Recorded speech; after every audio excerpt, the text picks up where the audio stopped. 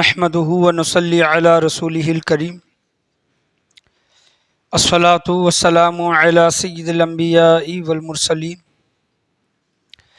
وعلى آله وصحابه أجمعين أما بعد فأعوذ بالله من الشيطان الرجيم بسم الله الرحمن الرحيم إنما يريد الله ليذهب عنكم الرجس أهل البيت ويطهركم تطهيرا صدق الله ومولانا رسوله النبي الأمين المكين الكريم وعلى آله الشاهدين والشاكرين والحمد لله رب العالمين۔ آئیے ہم اور آپ مل کر اپنی غلامی کا ثبوت دیتے ہوئے سب سے پہلے گنبد خضرا میں آرام فرمانے والے آقا حضور جناب احمد مجتبیٰ محمد مصطفیٰ صلی اللہ علیہ وسلم کی بارگاہ گوہربار میں درود و سلام کا ہدیہ نشاور کریں۔ پڑھیے باواز بلند اللہم صلی علی محمد وعلی آل محمد وبارک سلم صلی علیہ الصلاۃ والسلام علیک یا رسول اللہ صلی اللہ علیہ وسلم۔ اور ایک مرتبہ عقیدت و محبت کے ساتھ نبی اور آل نبی کے بارگاہ میں درود و سلام کا ہدیہ نشاور کریں۔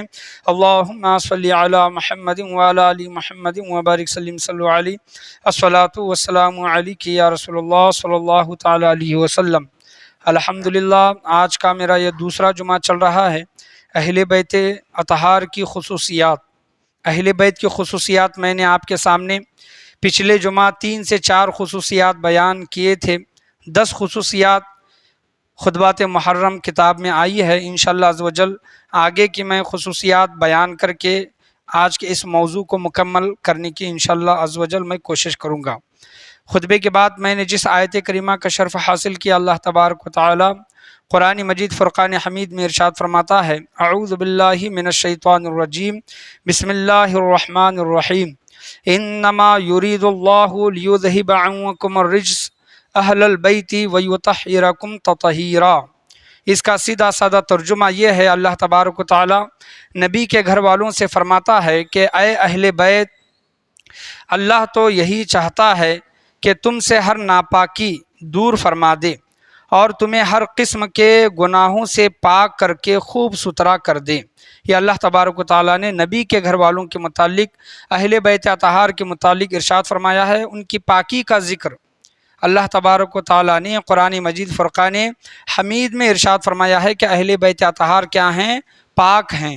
اور اللہ تبارک و تعالیٰ ہر ناپاکی کو، ہر گناہ کو، ہر رجس کو اللہ تبارک و تعالیٰ ان سے دور فرما دے گا۔ یہ اللہ تبارک و تعالیٰ نے قرآن مجید فرقان حمید میں ارشاد فرمایا ہے۔ پچھلے جمعہ 3 سے 4 خصوصیات میں نے اہل بیت اطہار کی آپ کے سامنے بیان کی تھی۔ انشاءاللہ عزوجل آگے کی خصوصیات میں آپ کے سامنے بیان کرتا ہوں کہ چوتھی خصوصیت یہ ہے اہل بیت اطہار کی۔ اہل بیت اطہار کی خصوصیات میں سے ایک خصوصیت یہ ہے کہ اہل بیت اطہار کو، نبی کے گھر والوں کو اشراف بولا جاتا ہے۔ کیا بولا جاتا ہے؟ اشراف۔ نبی کے گھر والوں کو، چاہے وہ حسنی سید ہو، چاہے وہ حسینی سید ہو۔ یہاں پر علماء کرام بیان کرتے ہیں اس کے متعلق، جن لوگوں کو سید کہا جاتا ہے اس کے متعلق کچھ ڈیٹیل یہاں پر آئی ہے۔ میں انشاءاللہ عزوجل اس کو بیان کروں گا کہ دیکھیں کہ صحابہ کرام نبی کے گھر والوں کو کیا کہا کرتے تھے؟ اشراف کہا کرتے تھے۔ چاہے وہ حسنی سید ہوں، حسینی سید ہوں، حضرت علی رضی اللہ تعالیٰ عنہ کی دوسری بیویوں سے، ازواج سے جو اولاد ہیں، یا پھر محمد بن حنفیہ کی جو اولاد ہیں، حضرت علی، حضرت جعفر، حضرت عقیل، حضرت عباس رضی اللہ تعالیٰ عنہ کی، ان کے اولاد کو، جو ہاشم گھرانہ ہے، بنی ہاشم کے گھرانے کی اولادوں کو، گھر والوں کو کیا کہا جاتا تھا؟ اشراف کہا جاتا تھا۔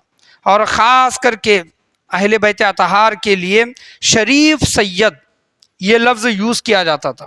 کیا کہتے تھے؟ دو چیزیں، شریف سید، یہ اس طرح ان کو نبی کے گھر والوں کو بولا جاتا تھا۔ بعد میں کچھ سال گزرنے کے بعد مصر میں فاطمی جو حضرات ہیں، فاطمی حضرات یعنی شیعہ فرقے میں کچھ ایسا فرقے ہیں جن کو فاطمی فرقہ کہتے ہیں، جو حضرت فاطمہ رضی اللہ تعالیٰ عنہ کے ماننے والے ہیں، فاطمی جن کو کہتے ہیں۔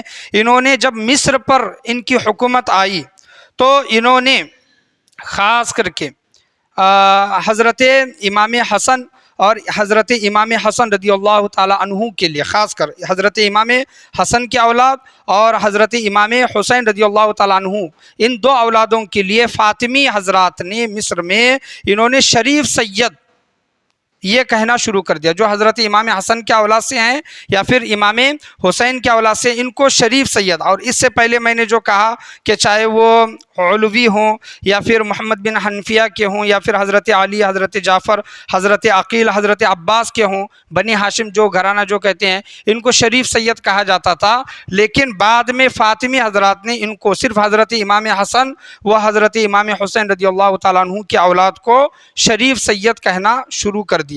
اور عربی زبان میں، عربی میں حسنی یا پھر حسینی سید، یہ شریف جس کو جو شریف جو بولا جاتا تھا، تو یہ کس کو بولا جاتا تھا عربی میں؟ کہ شریف سے مراد یہاں پر امام حسن اور امام حسین رضی اللہ تعالیٰ عنہ کی مراد ہوتی تھی۔ اور اگر اصطلاح میں اگر دیکھیں گے تو سید کا لفظ، یہ شریف ہو یا پھر سید ہو، شریف یا پھر سید کا لفظ صرف حضرت امام حسن و حضرت امام حسین رضی اللہ تعالیٰ عنہ کے لیے استعمال کیا جاتا تھا۔ بعد میں تمام علاقوں کو چھوڑ کر، ملکوں کو چھوڑ کر، اہل حجاز کے لوگ، اہل حجاز کے لوگوں کے متعلق آتا ہے کہ بعد میں انہوں نے شریف کا استعمال امام حسن رضی اللہ تعالیٰ عنہ کی اولاد کے لیے استعمال کرنا شروع کیا۔ شریف کا استعمال اہل حجاز، اس کے علاوہ اور کوئی نہیں، بلکہ صرف اہل حجاز شریف کا جو استعمال کرتے تھے۔ خاندان کا اگر نام جان پہچان ہو تو شریف کا جو استعمال کرتے تھے وہ حضرت امام حسن رضی اللہ تعالیٰ عنہ کی اولاد حسنی سادات کے لیے، اور سید کا جو استعمال کرتے تھے وہ حضرت امام حسین رضی اللہ تعالیٰ عنہ کی اولاد کے لیے کرتے تھے، تاکہ فرق واضح ہو۔ یعنی شریف سے مراد حسنی سادات اور سید سے مراد حسینی سادات رضی اللہ تعالیٰ عنہ کے متعلق، یہ فرق واضح ہونے کے لیے یہ کیا گیا۔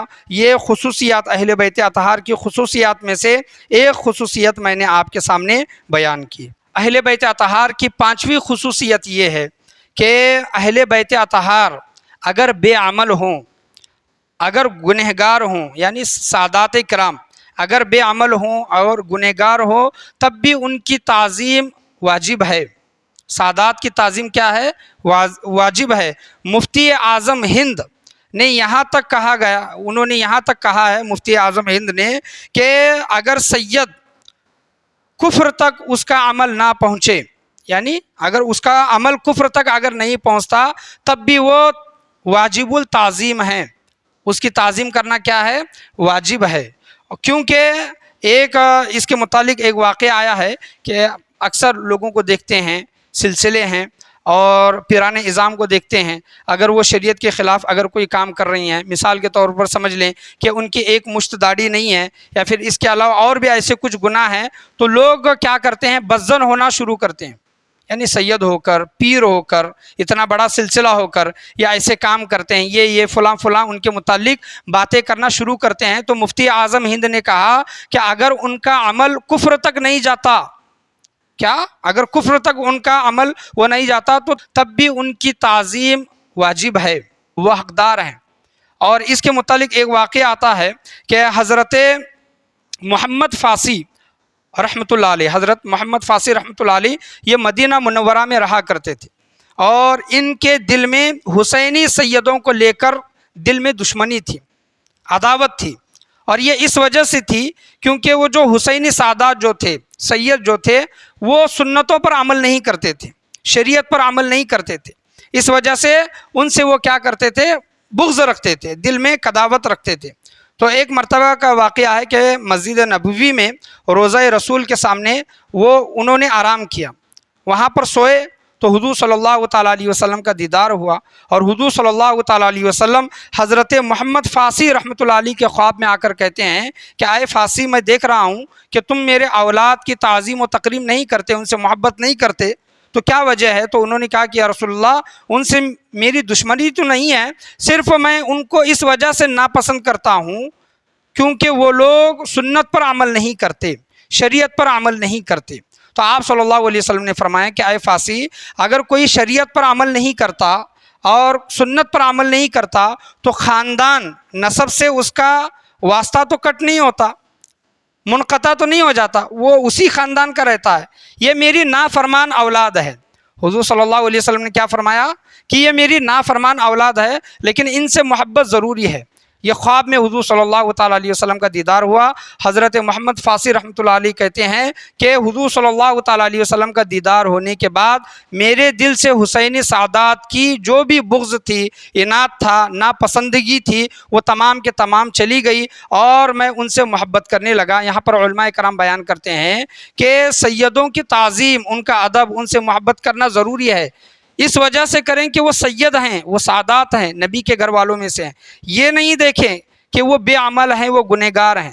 یہ تو ہے، یہ تو جائز ہے ہی نہیں، یہ تو طریقہ صحیح ہے ہی نہیں، لیکن ان سے محبت اس وجہ سے کرنا ہے، ان کی تعظیم اس وجہ سے کرنا ہے کیونکہ وہ اہل بیت اطہار سے ہیں، نبی کے گھر والوں سے ہے، اس وجہ سے ان سے محبت کرنی چاہیے۔ اور وہ سادات، وہ سید لوگ، ان کو بھی سوچنا چاہیے کہ حضرت محمد فاسی رحمۃ اللہ علیہ کے خواب میں آ کر حضور صلی اللہ تعالیٰ علیہ وسلم نے کیا جملہ ارشاد فرمایا کہ یہ میری نافرمان اولاد ہے۔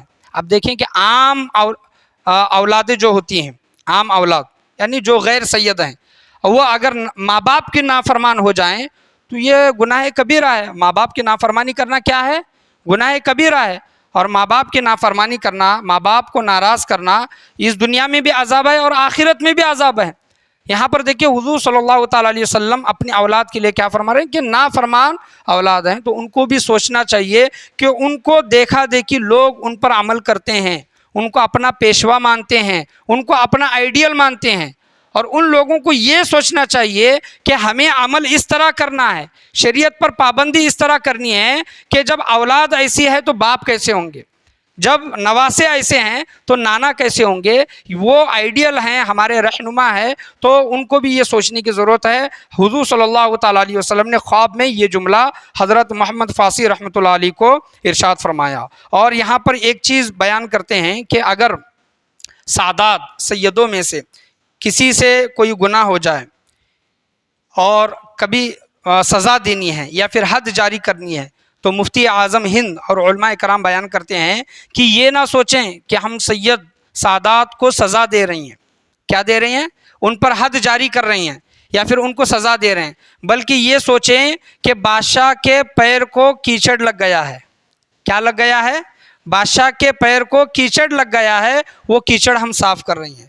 یہاں تک سیدوں کی تعظیم کرنے کا حکم دیا گیا ہے کہ اگر ان سے گناہ بھی سرزد ہو جائے اور اگر ان کو سزا بھی دی جا رہی ہے تو یہ سوچ کر سزا نہ دیں کہ عام انسانوں کو جس طرح سزا دیتے ہیں، بلکہ یہ سوچیں کہ بادشاہ کے پیر کو کیچڑ لگ گیا ہے، گندگی لگ گئی ہے، اس کو ہم صاف کر رہے ہیں۔ تو سیدوں کی تعظیم اہل بیت اطہار کی خصوصیات میں سے علماء اعظام نے، ائمہ کرام نے یہ چیزیں ارشاد فرمائی ہے۔ اہل بیت اطہار کی خصوصیات میں سے چھٹی خصوصیت یہ ہے کہ جتنے بھی سادات ہیں، اور آپ صلی اللہ تعالیٰ علیہ وسلم نے ارشاد فرمایا کہ میری نسل حضرت فاطمہ رضی اللہ تعالیٰ عنہا سے چلے گی، اور حضور صلی اللہ علیہ وسلم کی یہ حدیث بھی ہے کہ اللہ تبارک و تعالیٰ نے میری ذریت، میری نسل حضرت علی رضی اللہ تعالیٰ عنہ کے پشت میں رکھی ہے۔ یہ اہل بیت اطہار کی خصوصیات میں سے ہیں۔ یہ حضرت فاطمہ رضی اللہ تعالیٰ عنہا کے متعلق بیان کیا گیا۔ حضور صلی اللہ تعالیٰ علیہ وسلم ان کے متعلق فرماتے ہیں کہ فاطمہ نے اپنی پاک دامنی کی حفاظت کی، فاطمہ نے اپنی پاک دامنی کی حفاظت کی تو اللہ انہیں اور ان کی اولاد کو جہنم سے بچائے گا۔ یہ حضور صلی اللہ تعالیٰ علیہ وسلم نے حضرت فاطمہ رضی اللہ تعالیٰ عنہا کے متعلق فرمایا۔ حضرت علی رضی اللہ تعالیٰ عنہ کے متعلق فرمایا کہ میری نسل، میری ذریت حضرت علی رضی اللہ تعالیٰ عنہ کے پشت میں رکھی ہے۔ اب دیکھیں کہ حضور صلی اللہ علیہ وسلم کی اور بھی بیٹیاں تھیں، حضرت فاطمہ کے علاوہ حضرت ام کلثوم، حضرت رقیہ، حضرت زینب، یہ بھی بیٹیاں ہیں۔ لیکن شیعہ حضرت کیا کرتے ہیں کہ نہیں، حضور صلی اللہ علیہ وسلم کی سگی بیٹی صرف ایک ہی تھی، حضرت فاطمہ۔ ایسا نہیں ہے، اہل سنت والجماعت کا یہ عقیدہ نہیں ہے۔ حضور صلی اللہ علیہ وسلم کی 4 صاحبزادیاں، حضرت فاطمہ، حضرت ام کلثوم، حضرت رقیہ، حضرت زینب، یہ 4 صاحبزادیاں ہیں۔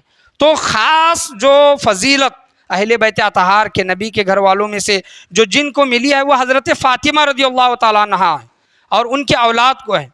اور علماء کرام بیان کرتے ہیں کہ حضور صلی اللہ علیہ وسلم کی صاحبزادیاں تو پہلے انتقال فرما گئی. حضور صلی اللہ علیہ وسلم کی حیات طیبہ میں ہی، ظاہری حیات طیبہ میں ہی 3 صاحبزادیاں انتقال فرما گئیں. 2 صاحبزادیاں حضرت عثمان کے نکاح میں تھی اور ایک دوسرے کی نکاح میں تھی، تو انتقال فرما گئی. بچی حضرت فاطمہ رضی اللہ تعالیٰ عنہ، اگر وہ بیٹیاں ہوتی بھی، علماء کرام بیان کرتے ہیں، اگر وہ بیٹیاں حیات بھی ہوتی تو صرف نبی کے اولاد حضرت فاطمہ رضی اللہ تعالیٰ عنہ سے ہی جانی جاتی، کیونکہ آپ صلی اللہ تعالیٰ علیہ وسلم نے، اللہ تبارک و تعالیٰ نے اہل بیت اطہار کو خاص یہ خصوصیت عطا فرمائی ہے، حضرت فاطمہ رضی اللہ تعالیٰ عنہ کو اور حضرت علی رضی اللہ تعالیٰ عنہ کو. اور 7ویں خصوصیت یہ ہے، میں اپنے تقریر کو ختم کرنے کے لیے آیا ہوں، مختصر ہے، کہ 7ویں خصوصیت یہ ہے کہ حضور صلی اللہ تعالیٰ علیہ وسلم فرماتے ہیں کہ ستارے آسمانوں کے لیے، آسمان والوں کے لیے باعث امن ہے. یہ جو آسمان میں جو ستارے دکھائی دیتے ہیں، حضور صلی اللہ علیہ وسلم فرماتے ہیں کہ آسمان کے ستارے آسمان والوں کے لیے باعث امن، رحمت ہیں، اور زمین والوں کے لیے میرے اہل بیت اطہار باعث امن ہیں. کیا فرماتے ہیں حضور صلی اللہ علیہ وسلم؟ زمین والوں کے لیے کیا ہے؟ میرے اہل بیت اطہار باعث امن ہے. اور ایک حدیث ہے، حضور صلی اللہ علیہ وسلم فرماتے ہیں کہ میری اہل بیت میری امت کے لیے باعث امن ہے، تمام امت کے لیے. میری اہل بیت، ایک کتاب میں فرمایا کہ تمام زمین والوں کے لیے، اور ایک حدیث میں فرمایا کہ تمام امت کے لیے میری اہل بیت کیا ہے؟ باعث امن ہے. یعنی اہل بیت اطہار ہیں، ان کے صدقے میں اللہ تبارک و تعالیٰ اپنی رحمتوں کا، برکتوں کا نزول فرماتا ہے. اہل بیت اطہار کے صدقے توفیل میں اہل بیت اطہار ہمارے لیے کیا ہیں؟ باعث رحمت ہیں، باعث امن ہے. یعنی ان کی وجہ سے اللہ تبارک و تعالیٰ ہمارے اوپر رحمتوں کا، برکتوں کا، امن کا نزول فرماتا ہے. 8ویں خصوصیت یہ ہے اہل بیت اطہار کے متعلق، یہ پچھلے جمعہ میں بیان کر چکا ہوں، اسی وجہ سے 3 سے 4 خصوصیات میں نے بیان کی. اسی وجہ سے میں بولا کہ حضرت علی رضی اللہ تعالیٰ عنہ کو حضور صلی اللہ تعالیٰ علیہ وسلم فرماتے ہیں کہ اے علی خوش ہو جاؤ، سب سے پہلے جنت میں اہل بیت اطہار کے لوگ داخل ہوں گے. کیا فرماتے ہیں؟ اہل بیت اطہار کے لوگ. حضور صلی اللہ علیہ وسلم فرماتے ہیں کہ اے علی، میں اور تم اور آزو بازو حضرت امام حسن و حسین اور حضرت فاطمہ ہوں گی، اور ان کے بازو میری ازواج ہوں گی، میری بیویاں ہوں گی، اور ان کے پیچھے ہماری اولادیں ایک ساتھ جنت میں داخل ہوں گی. یہ خصوصیت اہل بیت اطہار کے متعلق خاص آئی ہے کہ جنت میں سب سے پہلے لوگ اہل بیت اطہار کے لوگ جنت میں داخل ہوں گے. 9ویں خصوصیت حضور صلی اللہ تعالیٰ علیہ وسلم بیان فرماتے ہیں کہ جو شخص اہل بیت اطہار پر احسان کرے گا، ان سے محبت کرے گا، ان کی مدد کرے گا، ان لوگوں پر احسان کرے گا، تو حضور صلی اللہ تعالیٰ علیہ وسلم فرماتے ہیں کہ ایسے انسان کی قیامت کے دن میں محمد صلی اللہ علیہ وسلم ان کی شفاعت کروں گا، ان کی خدمت کروں گا. یہ حضور صلی اللہ علیہ وسلم فرماتے ہیں کہ جو اہل بیت اطہار سے محبت کرتا ہے، نبی کے گھر والوں سے، سادات سے، سید لوگوں کی خدمت کرتا ہے، ان کو خوش کرتا ہے، حضور صلی اللہ علیہ وسلم فرماتے ہیں کہ قیامت کے دن میں ان کی شفاعت فرماؤں گا. اور آخری 10ویں خصوصیت یہ ہے کہ جو انسان اہل بیت اطہار سے محبت کرتا ہے، جو انسان اہل بیت اطہار سے محبت کرتا ہے، اللہ تبارک و تعالیٰ اس کی عمر میں اضافہ فرماتا ہے. یہ جو ہم شب برات میں عمر درازی کے لیے جو نمازیں پڑھتے ہیں نا، یہ بھی صحیح ہے، لیکن حضور صلی اللہ علیہ وسلم یہ فرمایا ہے کہ جو اہل بیت اطہار سے محبت کرے گا، سیدوں کی تعظیم کرے گا، ان کی مدد کرے گا، ان پر احسان کرے گا، تو اللہ تبارک و تعالیٰ اس انسان کی عمر دراز کرے گا، اور قیامت کے دن اس کا چہرہ روشن کر دے گا، اس کا چہرہ سفید ہوگا، روشن ہوگا. اور جو اہل بیت اطہار سے بغض رکھے گا، سیدوں سے بغض رکھے گا، اور ان کے خلاف سازشیں کرے گا، ان کو تکلیف دینے کا کام کرے گا، تو قیامت کے دن حضور صلی اللہ علیہ وسلم فرماتے ہیں کہ اس کا چہرہ کالا ہوگا، سیاہ ہوگا، اور دنیا میں اس کی عمر بھی کم ہوگی. یہ اہل بیت اطہار کی خصوصیات میں سے 10 خصوصیتیں میں نے آپ کے سامنے بیان کیا. اور بھی بہت سے اہل بیت اطہار کی خصوصیات ہیں، لیکن خطبات محرم میں سے 10 خصوصیات میں نے آپ کے سامنے بیان کی ہیں. اللہ سے دعا ہے کہ اللہ تبارک و تعالی ہم تمام لوگوں کو بولنے سننے سے زیادہ اس پر عمل کرنے کی توفیق عطا فرمائیں. مرتے دم تک اہل بیت اطہار پنجتن پاک سے الفت و محبت رکھنے کی توفیق و رفیق عطا فرمائیں۔ آج اگر دنیا میں سادات اگر موجود ہیں، سید حضرات اگر موجود ہیں، تو ان سے بھی ادب و تعظیم کے ساتھ پیش آنے کی، ان سے محبت رکھنے کی توفیق و رفیق عطا فرمائیں۔ اس بنا پر نہیں ان سے اگر دشمنی کریں گے کہ وہ گنہگار ہیں، اس بنا سے ان سے محبت کریں گے کیونکہ وہ نبی کے گھر والے ہیں، سید ہیں، اہل بیت اطہار میں سے ہیں۔ اللہ سے دعا ہے کہ اللہ تبارک و تعالی ہم تمام لوگوں کو بولنے سننے سے زیادہ اس پر عمل کرنے کی توفیق عطا فرمائے۔ قیامت کے دن ہم تمام لوگوں کو حضور صلی اللہ تعالیٰ علیہ وسلم کی شفاعت اور آپ صلی اللہ علیہ وسلم کی شفاعت کے ساتھ ساتھ اہل بیت اطہار کی شفاعت اور ان کی غلامی نصیب عطا فرمائے۔ آج کے بیان میں، آج کے درس میں بولنے میں، سننے میں، سمجھنے میں یا پھر سمجھانے میں کسی بھی قسم کی غلطی، کمی بیشی، کوتاہی، خامی، بھول چوک ہوئی ہو، اللہ تبارک و تعالی اہل بیت اطہار کے صدقے طفیل میں معاف عطا فرمائے۔ لا الہ الا اللہ محمد الرسول اللہ صلی اللہ علیہ وسلم، وآخر دعوانا ان الحمد للہ رب العالمین۔